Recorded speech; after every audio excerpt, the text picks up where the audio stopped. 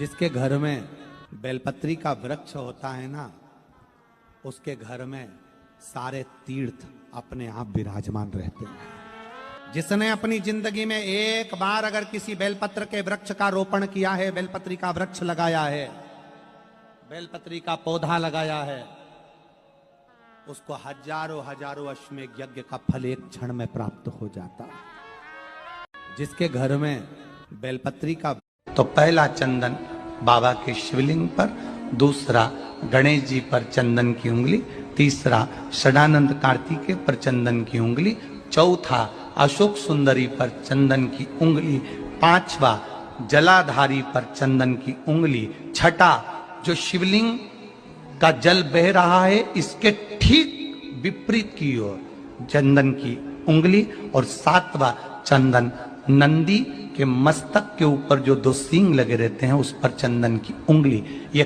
कब लगाई जाती है? या तो अमावस्या के दिन आपको लगता है कि हमारे पूर्वजों का उद्धार नहीं हुआ, हमारे पूर्वजों का कल्याण नहीं हुआ, कहीं अधोगति में कोई चला गया है, उसका बस एक तो पहला चंदन बाबा के शिवलिंग पर, दूसरा गणेश जी पर चंदन की उंगली, तीसरा षडानंद कार्तिकेय पर चंदन की उंगली, चौथा अशोक सुंदरी पर चंदन। मंदिर से वापिस घर जाओ तो मंदिर की कभी बुराई मत करना।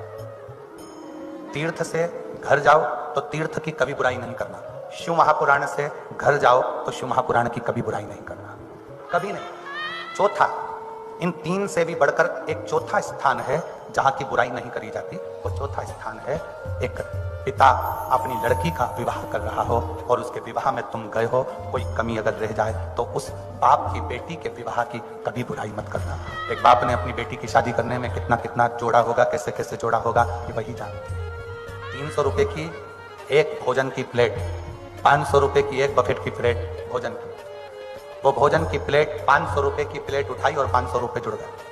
अपने छोटे छोटे बच्चों को ये उपदेश दो कि एक प्लेट उठाने पर किसी गरीब के उस बाप के बेटी के घर में 500 रुपए खत्म हो गए। तुमने 500 का लिफाफा दिया, 4 लोग चले गए, 4 प्लेट उठी, 2000 रुपए तो तुम्हारे वैसे ही खर्च हो गए उस पिता के। सोमवती अमावस्या के दिन पीपल के वृक्ष की फेरी जो लगाई जाती है वो खाली नहीं लगाई जाती। चाहे कच्चे सूसे लगाओ, चाहे 108 आप हल्दी की गठान रख लो, चाहे आप कमल गट्टा रख लो, चाहे आप सिंदूर की डब्बी रख लो, चाहे आप दाग चिरौंजी रख लो, पर 108 वस्तु होना चाहिए। सोमवती अमावस्या के दिन पीपल के वृक्ष की फेरी जो लगाई जाती है वो खाली नहीं लगाई जाती। चाहे कच्चे सूसे लगाओ, चाहे 108 आप हल्दी की गठान रख लो, चाहे आप कमल गट्टा रख लो, चाहे आप सिंदूर की डब्बी रख लो, चाहे आप दाग चिरौंजी रख लो, पर 108 वस्तु होना चाहिए। सोमवती अमावस्या के दिन पीपल के वृक्ष की फेरी जो लगाई जाती है वो खाली नहीं लगाई जाती। चाहे कच्चे सूसे लगाओ, चाहे 108 आप हल्दी की गठान रख लो, चाहे आप कमल गट्टा रख लो, चाहे आप सिंदूर की डब्बी रख लो, चाहे आप दाग चिरौंजी रख लो, पर 108 वस्तु होना चाहिए।